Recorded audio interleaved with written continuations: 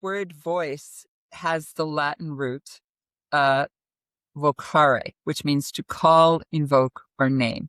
That is also the root for words like vocation, our work in the world, advocacy, using our voice in service to other people, provocation, where we stir things up, and my personal favorite, invocation, where we call the sacred into the world through the sound of our voices. Welcome to the High Vibration Reset.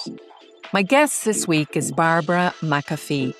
Barbara is a voice coach, a speaker, author, and performer with over 30 years of experience helping people unlock their full voice. So Barbara blends practical vocal techniques with powerful tools for authentic, flexible, and unforgettable self-expression. This conversation was one of those conversations that really got me thinking about my own voice, what it says about me and my story. Because Barbara says that the voice is the audible expression of the body, and how we use our voice can actually change how we feel internally. She also explains how our voice can be healed and can also heal us. Just before I introduce you to Barbara, I want to ask once again to please hit the follow button. It takes just a second and really supports the show so that we can continue to bring you more powerful conversations each week. Barbara, you're very welcome to the High Vibration Reset, and thank you. Early morning, well, not so early, but morning time there for you. Thanks for joining me. It's my delight. Thanks for inviting. So there's a lot that I want to ask you, but I'm going to start with what stood out to me most when I did a little bit of research on you, and that was midwifing voices into full expression. What a beautiful phrase. Can you tell us a bit more about that? Well, I seem to have a talent for being invited to thresholds with people. You know, I get invited to births and deaths. And I think I have a gift for bringing something forth that is not mine. People's voices have their own lives, I believe. And so I'm just a really good midwife for finding the support people need in order to really open up the lost parts of their voice and their personalities, their gifts that have been shut down over the years. So for you, you feel the voice is maybe that opening to our more authentic self or our inner expression. So tell me a little bit more. Tell me, how do you work with people and what is it that you feel your gift is? Well, there's a lot there. So I will start with some etymology. I'm a little bit of a word geek. The word voice has the Latin root, vocare, which means to call, invoke, or name. That is also the root for words like vocation, our work in the world, advocacy, using our voice in service to other people, provocation, where we stir things up, and my personal favorite, invocation, where we call the sacred into the world through the sound of our voices. And right now, the world is surrounded by sacred song. At any given moment, you may be up at 3:00 in the morning worrying, and someone somewhere is chanting or singing. That that helps me somehow. And so when I work with the voice, I consider all those things. It connects to the very practical aspect of the sound that is coming out of our face. Does it make sense? Is it pleasing enough that we can stay with the message? All the way to what is inside you that wants to be expressed while you are alive. And our gifts and our voices are so intrinsically connected. Nothing really has happened in this world without someone giving it voice in, writing or speaking. Every family, every business, every podcast, every venture, every community project, somebody said, I have this idea. Yeah. So Yeah. that's why I write books. That's why I do these podcasts, because I feel like voice is hidden in plain sight. We may think about how we don't like the sound of it compared to, I don't know, other people, or that we can sing or can't sing. But otherwise, there's not a lot of resource for people to really pay attention, increase their awareness of their voice and other people's, and also just give them more vocal choices, more vocal intelligence.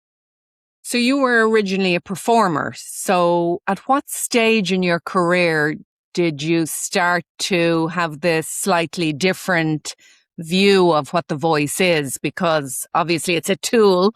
When you're a performer, you're on stage, you're projecting your voice, you're having presence with your voice. And at what stage did you kind of make this connection to something deeper? Well, it was gradual, and then it was sudden. I like that. I was a performer, but I was a hot mess of a performer. I had so many, neurotic, terror, perfectionism, shame, shaking, all the physical symptoms of stage fright, which is hell.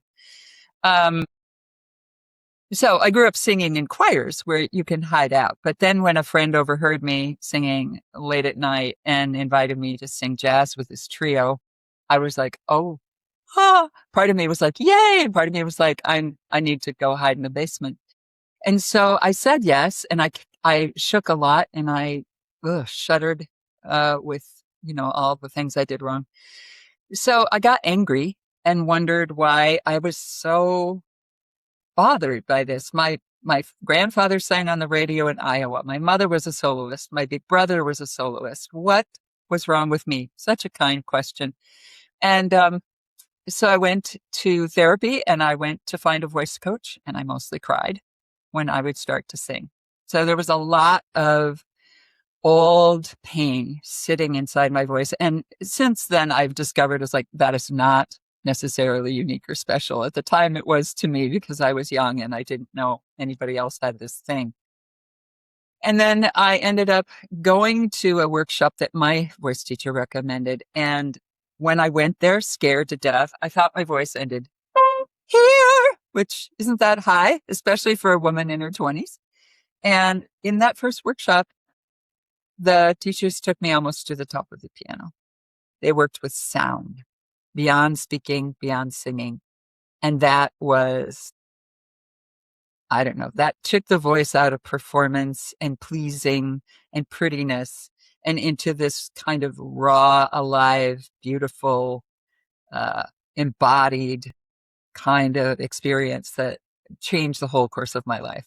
And so that started the journey that I'm still on 40 years later.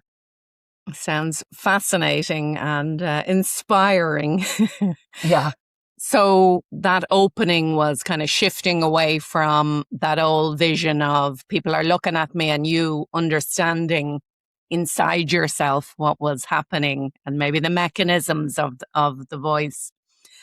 And in terms of that the voice there can be a lot of healing to do around Yes. the voice.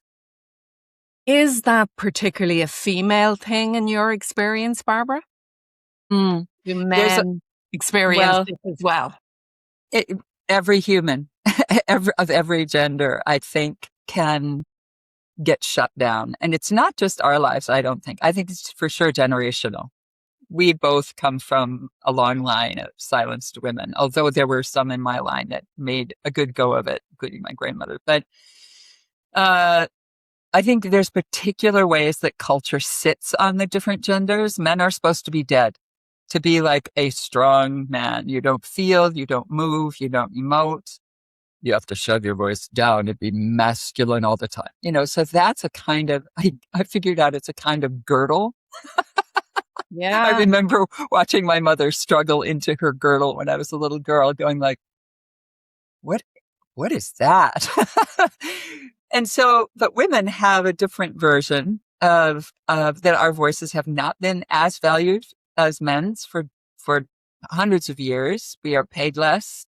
Our voices are not present in government worldwide in the same way that men's are, in corporate power, in many different ways. And so all of that lives in our own voices, as well as sexual violence, all the kind of abuse that women experience that men don't. And a lot of the things that happen to us, we don't get a chance to speak about. And I have worked with so many people who have carried secrets of various kinds. And where is that going to lodge? It's going to lodge in your throat, because the truth lives in your guts, lives in your heart and your belly and your genitals, even if you're a woman. And it tries to come up and it gets stuck in the throat. And that has consequences in voices and in lives. And it's quite beautiful to see how willing the voice is to heal, and the relief, all the energy that gets unlocked when the truth can come out, whether it's the actual words, it may be more just like the yawp of rage or just the animal sounds, or sigh, just the full range of our human expression. I'm getting excited here because I'm thinking maybe I can go from not being able to sing a note to being able to perform with my voice. Who told you can't sing, darling? Oh, here we go. We're going to go deep, are we? I don't know. I just am always curious, like, where did that curse, what witch or warlock put that curse on you, dear? Yeah, it's usually somebody says something to you, and then it becomes a self-fulfilling prophecy because you're doubting, you're not feeling. And I've worked with so many people who said they can't sing, sometimes very proudly, like you. I can't sing those, It's like, and I'd hear people celebrating it in the way that, like, I'm a horrible parent, or, I'm terrible at my job. I'm neither of those now, but okay, then good. I'll identify with the first one. Yeah. But it's interesting, actually. Yeah, surely there is natural talent, and there is a range of, is it biology, or where do you think that gift of having a beautiful voice comes from? Obviously, I know there's training and there's expression and there's healing, as you've said, but is it biology underlying? There are people who are born with perfect pitch. I'm not one of them. And actually, one of my early accompanists had it, and she said, "You don't want this. It's like everything in the world, like the refrigerator is out of tune. Like the world, it doesn't always line up." So that was interesting to me. So I think there are these natural, brilliant, talented people who just like start singing when they're 2 and they sound great and they have perfect pitch and all those things. And then there are people, just a very small percentage, I can't remember, it's like 2 maybe, of people who are literally tone deaf. They cannot find pitch. But what's funny is about 40% of the population thinks they're that 2%. But everybody in between there, what happens is there's not much help.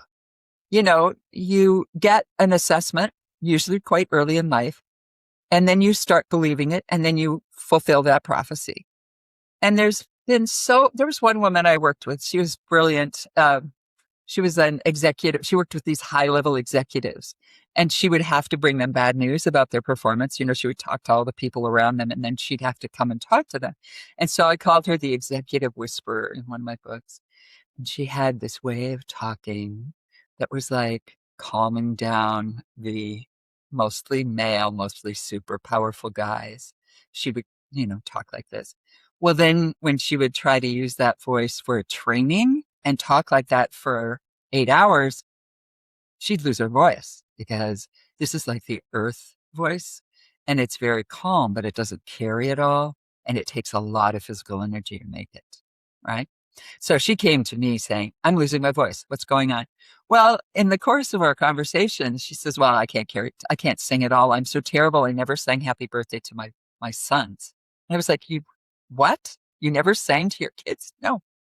So we have started exploring, and I use singing a lot. in my work because there's sound, which is that wild stuff that I, start people with. And then there's everyday speech. And what's right in between is singing. And so I just try to get people singing, whether they stink at it or not. It doesn't matter. Turns out she could sing fine.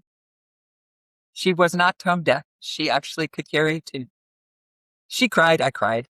And then on the way home from that session, she called both of her sons, now in their 20s, and sang happy birthday to both of them. Oh, brilliant. Brilliant. Because she felt like, oh my God, all that I missed. And so there's often not a lot of resource for figuring out how to go about being able to sing more tunefully. Yeah. Yeah. So we talked about there about, the healing that may need to be done in order to be able to express and use your voice to its capacity. But actually sound in itself can be used for healing. So in singing, can we heal ourselves? Absolutely. In making sound, especially, I find that I use elements to describe different vocal qualities. So, and they each correlate with like different human qualities as well. So the earth is, very calm. It's good for gravitas, authority, and getting connected to your gut instinct, your animal intelligence. And so that can be incredibly healing for people who live in their heads, which is a lot of us. We're encouraged to live there, and our bodies are just going like, help me. I have things for you. Fire is great it's like sourced in your belly and solar plexus, and it's really good for being seen and heard and taking up space and expressing passion. This is where I live, obviously, especially when I'm teaching. And it can be a healing for those of us who have been taught to disappear. And a lot of women have learned how to get smaller, not take up space, not be a bitch, right? Don't be angry. Don't be strong, So that can feel like a big healing to just let all of your energy, fiery energy go. It can be anger. It can also be joy. And those two are connected. If you don't have connection to that fiery energy in one realm, you'd miss the rest. Your exuberance, your enthusiasm, your like aliveness. Next is water, which is sourced in the heart and throat. And this is the voice of the heart. And you can hear it. It's tender, it's warm, it's welcoming. And it's basically good for anything your heart might have to say. I'm sorry works better with this one than I'm sorry. I've done that. I've heard that. You have too, probably. So the water voice can be really great for soothing yourself and others, and for just being loving, connecting, right? Yeah. And it's good until it's terrible, because a lot of women are taught like, well, this is your job to take care of every single person. My friend Sally, I don't know if she made this up, but she was expressing getting over that habit of pleasing, conciliation. She's like, I do not have a breast for you. Which is pretty concise, right? Right. All right. So then there's metal, which is sourced in the face, and it's very pointy and loud and bright. And it's mostly good for getting loud without strain. So the woman who was losing her voice all the time, I worked with her on getting a little more metal in her voice, because it's like super cheap, doesn't take a lot of energy, and you make a lot of sound. And it's interesting because this is the voice also of the witch. I'll fix you, my pretty, so it can be very strident in excess. And it can be looked on, especially in women, as a little bit much. So they're great until they're terrible. And then finally is air, which is sourced in the crown and above. And this one is great for telling stories or talking about ideas in the future, possible things. I have an idea. wakes up the imagination. It's the sense of wonder, childlike energy, all of that. And this can be really healing for those of us who've had to be like strong all the time. Most of us grew up too fast, right? I hated this one. I am a very tall woman. I don't know what system you're on. I'm 1.86 or 6'2". And I'm practical, German, Scots, Irish, Midwestern USA, and I could never carry off that like, girly thing, So I just slammed the door on that. And also I had to grow up too fast and I kept the secrets and I left childhood and all those things all were balled up in there. And when that voice came back, I had a lot of tears and relief and lightening up. I got to sort of, welcome the divine feminine back into my soul. So that's a lot of words, but those are some of the ways that these elements and these sounds can help us reclaim our full humanity. So is it a matter of being able to access each one of these elements at the appropriate time? Exactly. I start by exaggerating them and using characters to do that because it helps us sneak by our stories about like, I'm this kind of person or I'm that kind of person. So you may not make a sound, but you might be able to have the caveman make that sound for you. Or the fairy? Or the little baby? Or the Italian tenor. There's all these different ways. Sometimes a big change is easier than a small one. And so the idea is to go through these, as a practice, almost like yoga, the full range of motion and build that ability to make these different voices and still feel like yourself. So you have to, in order to do that, you have to expand your sense of your story about who you are. Like I had to expand my story to include that light, soft, vulnerable, elegant person in the air voice. That sounds like something I might need. I think we might be similar in our natural tones. We are. It's fascinating me now. I'm thinking I want to go back and listen to all my podcast guests and diagnose where they might be sitting. Yeah, it helps us listen differently because we're instinctively listening to the tone, but mostly we don't know what to make of what we're hearing. Yes. And so when I had one client who talked like this on a video where he was talking about how passionate he was about the work he and his company were doing. And he was, but he was also an introverted guy from North Dakota in the United States where people are kind of stoic and quiet. And before we got busy changing it, adding to it, I said, so tell me, are you the person who stays calm in an emergency? And he gets this little like twinkle in his eye and he's like, yep. And so sometimes our voices do speak to our gifts. You have a lot of fire in your voice. And I'm like, well, I would just suspect that you are a rather passionate human being based on what I'm hearing how I'm hearing your voice and your red hair and your energy is fiery. It's probably not the only thing you have, but it might make me ask better questions and listen to the subtext of what I'm hearing in a way that's useful. And I think I'm definitely going to bring some of this into my coaching, which will help me to appreciate and see things from a different angle, maybe that I haven't been before. Mm-hmm.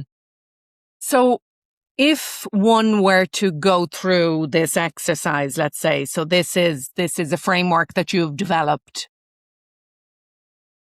does that generally come with a release in terms of tears or a realization or an aha moment? Or I assume it Y- depends on the It person. depends on the person and the circumstance, but generally people come out the other end feeling more alive because nobody is asking for all the sound you have. The whole world is trying to narrow and make you appropriate. And here I am, a word geek again. If you say appropriate in a different way, it's appropriate, which means to take away, to steal. And so I think, yes, let's be like legal. Let's be, reasonable. But the narrowness of what is considered appropriate, especially in professional settings, it's like, dead is the norm.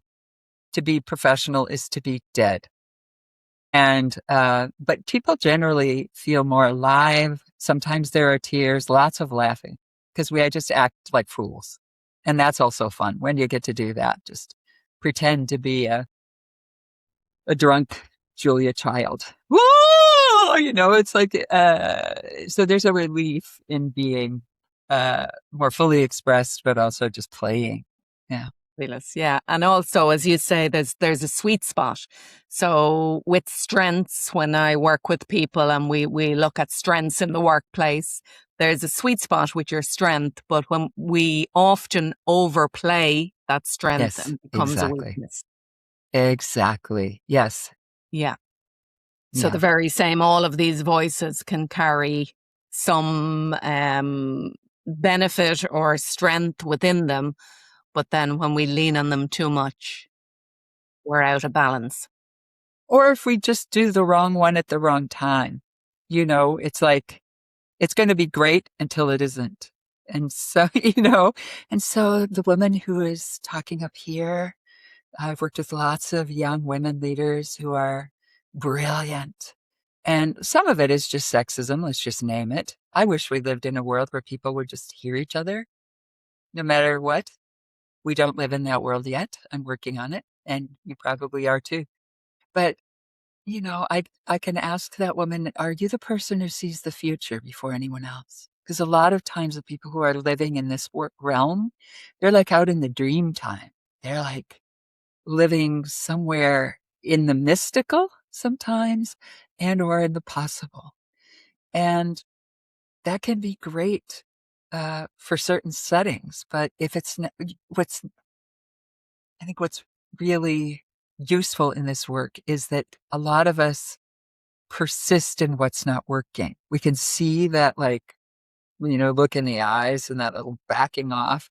And then we usually double down on what's not working and if you can just notice it and just switch a bit, looking for the connection, that's what we're needing, just needing, like, where nothing happens without it. So, like, where can I find you, fellow human?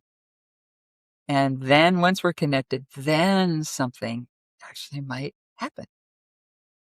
So what happens, for example, if you say, that I have fire in my voice, I want to take up space, I want to be seen. What happens when I overdo that and I can't, use any other voice within the other elements? Well, I'll tell another story. This is my storytelling voice. Yes. So I worked with this woman who was a leader in a male-dominated company, and she was the youngest person at the table. She was small in stature, Asian heritage, and the only woman. Other than that, it was pretty easy. So she also has a lot of fire in her nature, but she just learned how to just bring that fire all the time. And so she compensated, and it worked in that setting. She moved jobs to a more diverse environment, and she thought they didn't like her or her ideas. And she had this sense that it might be something about her voice, and she found me on the interweb. So, so we worked with expanding her choices.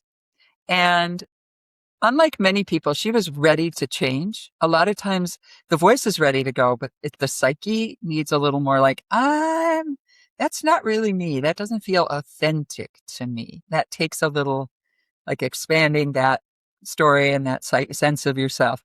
She was pretty ready to roll for some reason.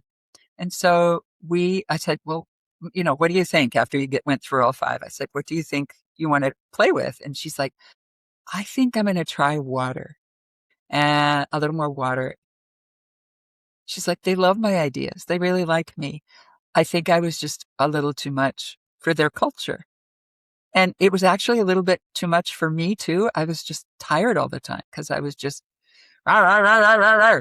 And then she brought it home. She said, my man is a watery kind of a guy. And so I let him in. I showed him your TED talk. We all went through the 5 together, the 5 elements. And so she said, I just started bringing a little more water to our household, and I felt better, and our house felt more peaceful. And it wasn't that a lot of women have been told to like take it down a notch or to strangle your energy. For her, it was actually a relief to not have to push all the damn time. So that's I don't know, that's a That sounds cautionary good. tale. Yeah. Yeah. Yeah. So, I And mean, definitely. bringing fire you could wear people out, Yeah. starting with yourself. Absolutely. Absolutely. So our voice can change how we feel internally. Yeah. So you're talking about sound healing.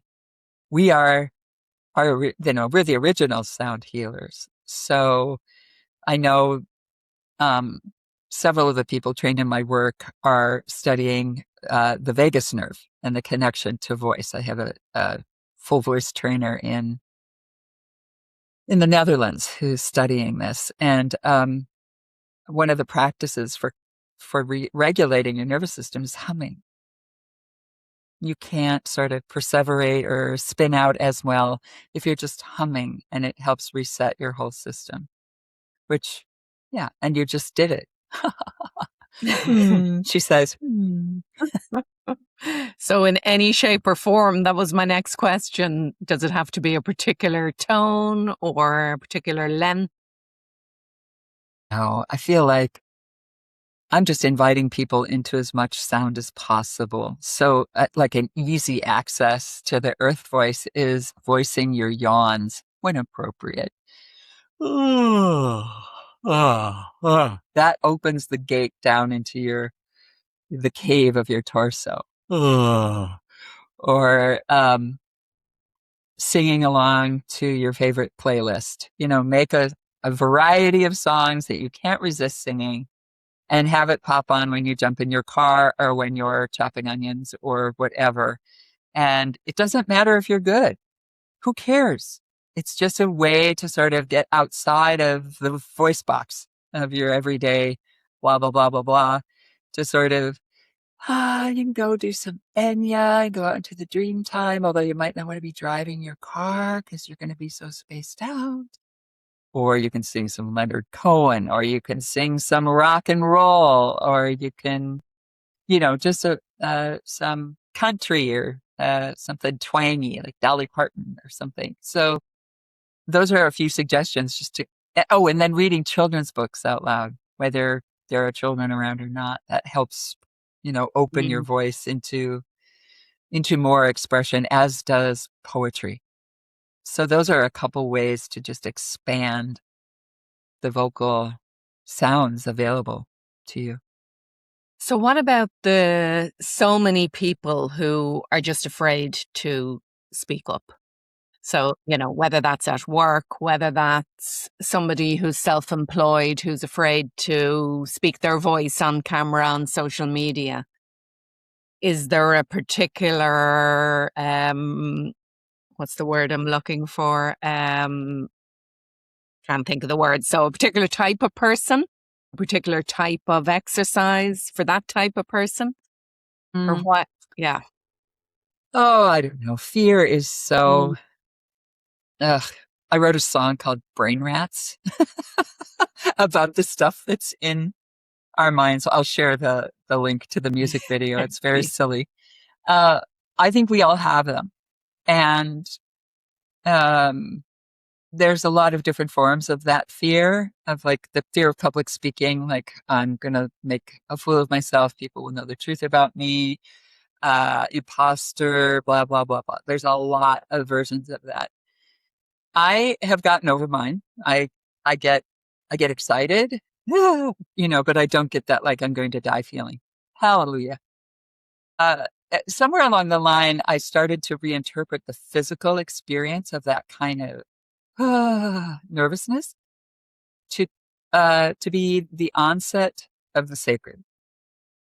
So in order for me to really sing a song, give a really good talk, tell the full truth from my whole being, little Barbara, my little ego, can't be driving the bus.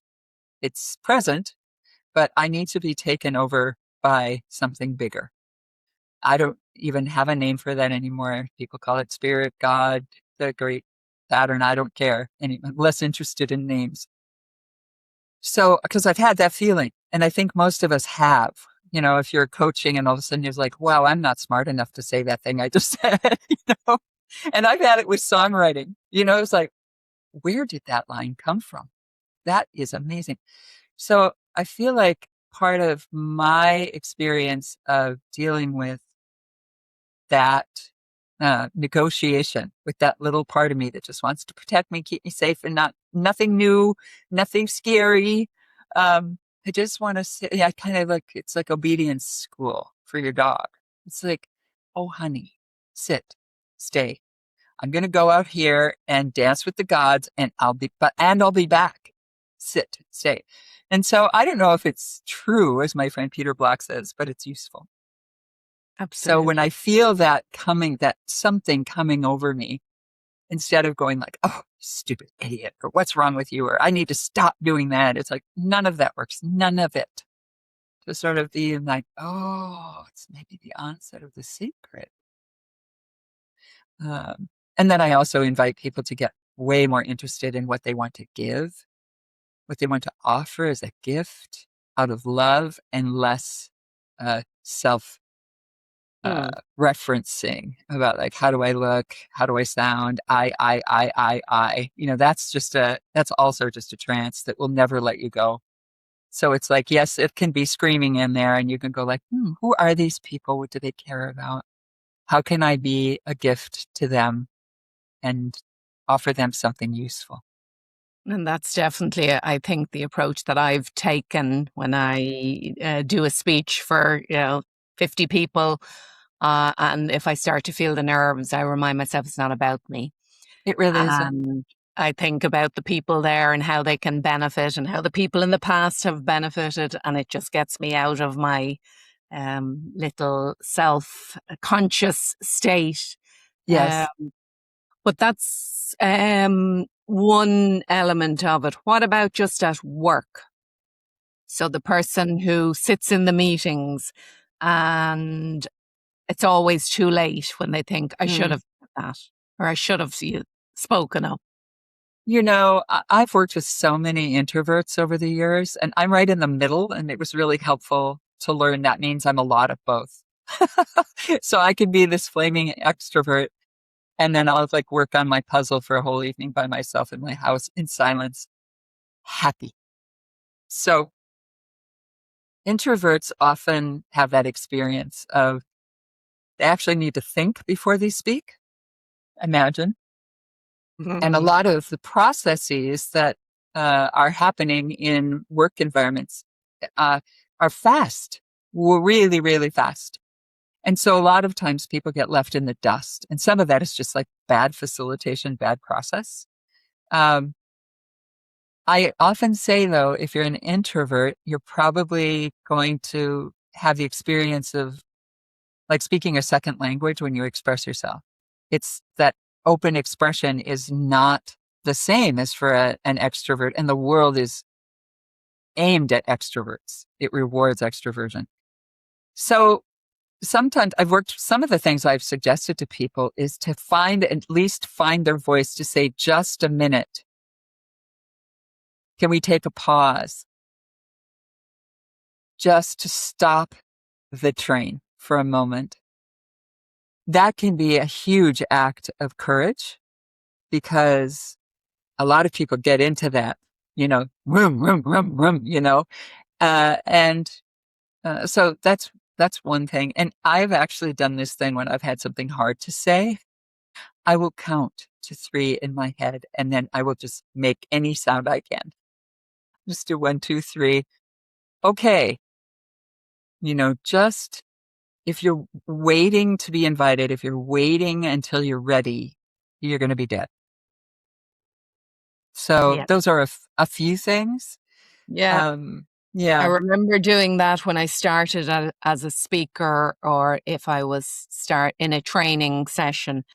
I would always use my voice first, say something about the weather to somebody or connect with somebody before I had to launch into my presentation. So that can be really helpful, just to start using your voice in whatever shape or form in the Yes. most simplistic way. Oh, it's hot in here. Will we open the windows? And then at least Yes. you've oiled the the vocal cords. Yes, you heard yourself speak. And I also say for speakers, people getting ready to do presentations, I wish I had known when I started doing speaking how useful it was to move while I was practicing. So I'm a long distance hiker, long distance for me, in this beautiful valley where I live. And I've written both of my TED Talks and most of my speeches on the hikes. And there's something about the movement and, the bilateral movement and there's something that happens with both sides of my brain. And I've also written them in the pool. I'm a lap swimmer. So there's it's not much time, not much to do for 45 minutes when you're just like flopping around in the water. And I think the movement has been so helpful. So I will walk and talk out loud. And if you're in an urban place, you can just put in your earbuds or your headset, and people think you're talking on the phone. You're talking to yourself. And I will just talk and move. And then when I find something, it's like, "Ooh, that's good." Then I'll record it on my voice memos on my phone. And then I don't write it down until I've spoken it. And then I might do some refinement there. But I wish I had known that. And I actually wrote a lot of my both books too. If I'd get stuck, I would go out for a hike and talk. I was in the mountains of Utah. I was staying with my friend Meg and working on my first book. And I would get stuck, and I would literally have my fingers, it's like, okay, I need these 7 ideas. And I'd go for a hike up into the mountains. And by the time I came home, I had. Brilliant. So is one of your books called Find Your Voice? No, one of them is called Full Voice, The Art and Practice of Vocal Presence. And then the new one is called Vocal Intelligence, Leading with Vitality, Presence, and Impact. And both of them are audiobooks, and I really recommend that if people will listen that way. Yes, I did the voicing, right? And I should hope so. yeah. What am I going to hire somebody? But I take you through the actual exercises and things. They're both based on the 5 elements framework. The second one is a little more focused towards leaders, and it also has at the end one of my favorite keynotes called "Who Are You Going to Be While You Do What You Do?" And there are 5 ideas for sustaining energy and humanity in the midst of chaos. And they correlate with different fingers on your hand, and there's a song for each one. So I can't wait to listen. it's super fun. Yeah. So Barbara, finding your voice. So from the very basics, if somebody needs to find their voice and they want to get started, can you give us one little tip where to start? Well, I mean, I don't want this to be sort of all about me, but a really quick and dirty way to open up your vocal choices and kind of say, well, what's available to me is my TED Talk called Bringing Your Full Voice to Life. I take you in 18 minutes through the 5 elements framework, and you get to, sing along with me and the audience. It's just to play with your different sounds. So I think that's a really a good place to start, because you can sort of look in the mirror of your voice and say, I couldn't do this one, or I could do this one and it just made me really uncomfortable. I'm interested. I wonder what's going on there. Just as a way to get started with that. And then I also really encourage people, like we've all had, maybe we go out to coffee with a friend or something and we have the same conversation that we always have. My work, my kids, whatever, it's politics. You might just say, tell me, what's your story about your voice? And if you're a writing kind of person, you could sit down and say, you could just do some reflection. It's like, what's your story about your voice? If your voice could tell your life story, how would it go? What does your voice want to tell you? What do you want to tell your voice? That kind of, that would be more the introvert. If you want to do the writing, the extrovert might be to engage in conversations with people around you about voice and about, like, what do you hear in my voice? So those are a few ideas to just start opening. What are you noticing in your own? What do you notice when, like, I have one friend, Ciara, who I love. I love Ciara. And when I'm with her, we laugh like witches. It's the only place. And we find each other hilarious. And so there's a lot of that happening. I have no idea. I do not laugh like that with any of my other friends. Right? And how do you talk to your pet or baby versus how you talk to a stranger you're not sure about, or your beloved when you're trying to, like, be sweet, or your teenager when you're just, they have gotten on your last nerve. So just, those are a few ideas. Just start paying attention. Every woman needs a witchy friend. Yeah, it's so true. At least one. Yeah, exactly. Yeah. What's the story about your voice? I'm really taken with that question now, because when you spoke it, my body reacted in terms of almost a panic. What is the story about my voice? Interesting. Mm-hmm. So I think that's definitely going into the journal later today.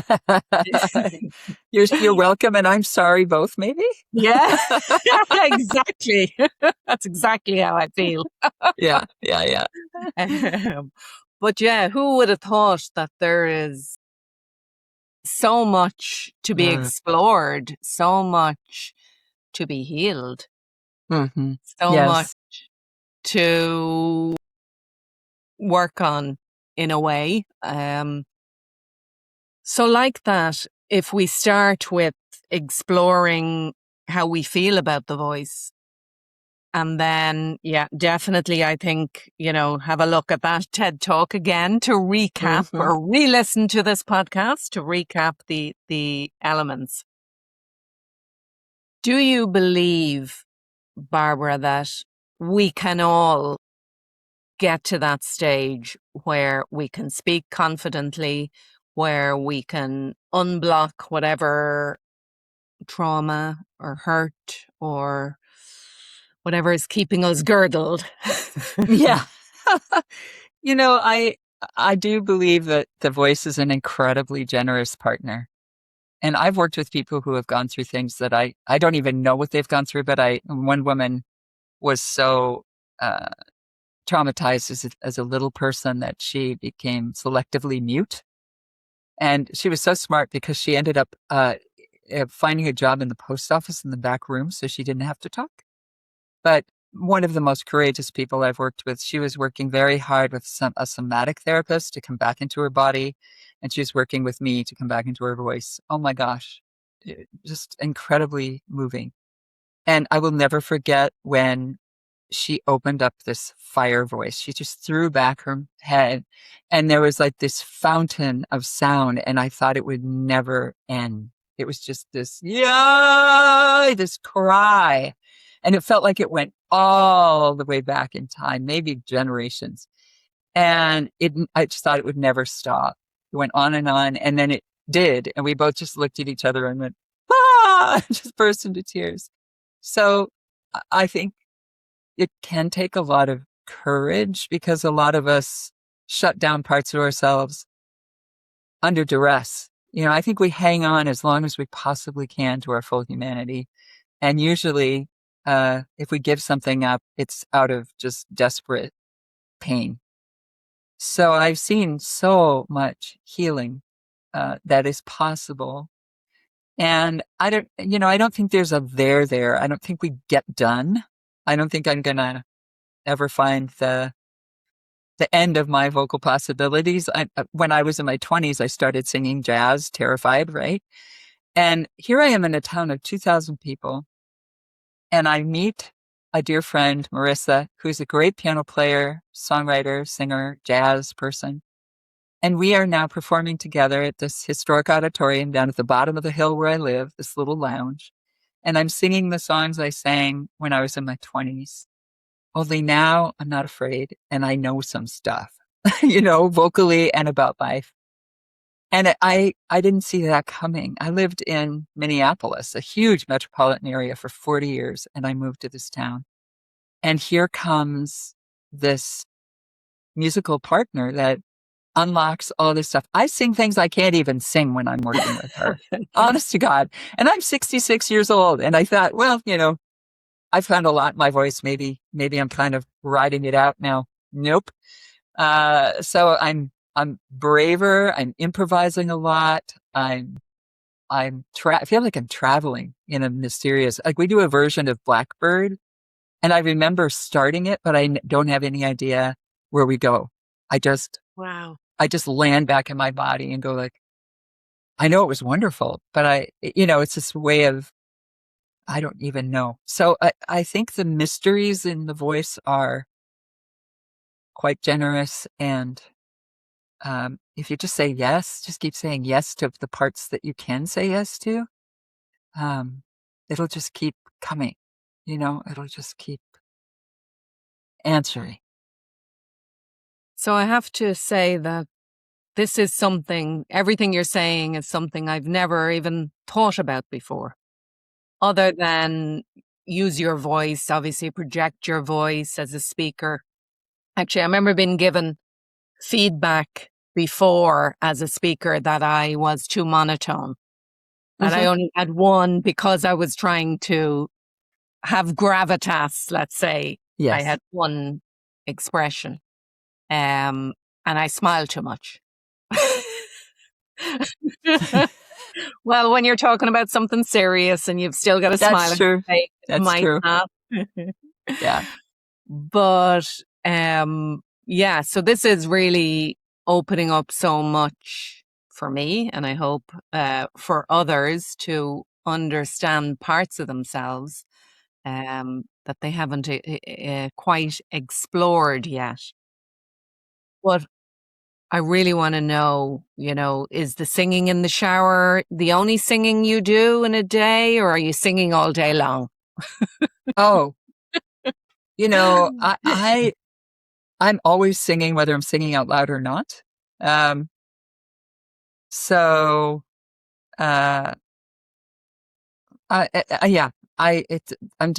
like I'm always in a song, whether it's coming out of my mouth or it's not. And I do a lot of community singing. I lead people for decades. I've been leading groups of people and singing just for the joy of it. You need to not read, you don't have to read music. You don't need to be talented. You don't even need to carry a damn tune. I just think human beings have sung together since the beginning of time. Otherwise, the species wouldn't have made it. I think it's there's singing in every culture on the planet. What does that tell us about how important it is to us? It's important. And so when I lived in Minneapolis, I just would gather people in a circle. I would teach a song, simple songs, rounds or things with layers so you can experience harmony without knowing what the heck that is. Harmony is heaven to me. I feel like it's such a powerful experience to be held in that,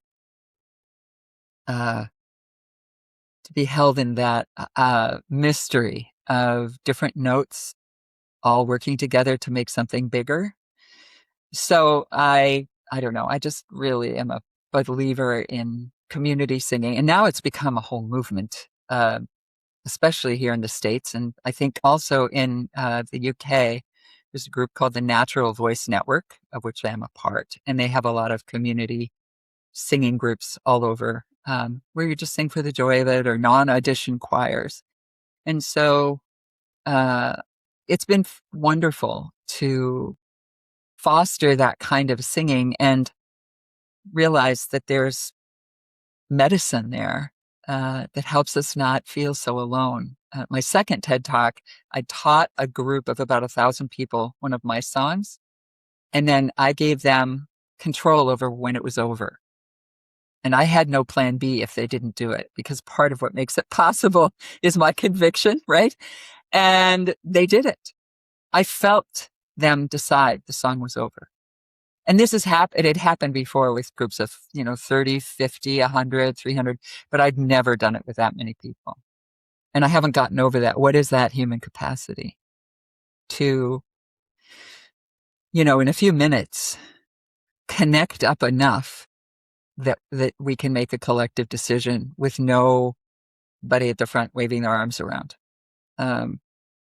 Yeah. So singing is a huge part of my life as a performer, but also as a song leader. And then I also have a little comfort choir where we bring songs of healing to people who are in hospice, hospital, sad. For volunteers, we'll just show up as a group of 5 or 6 and sing some songs for you. A huge part of your life, and what a fabulous purpose that you have.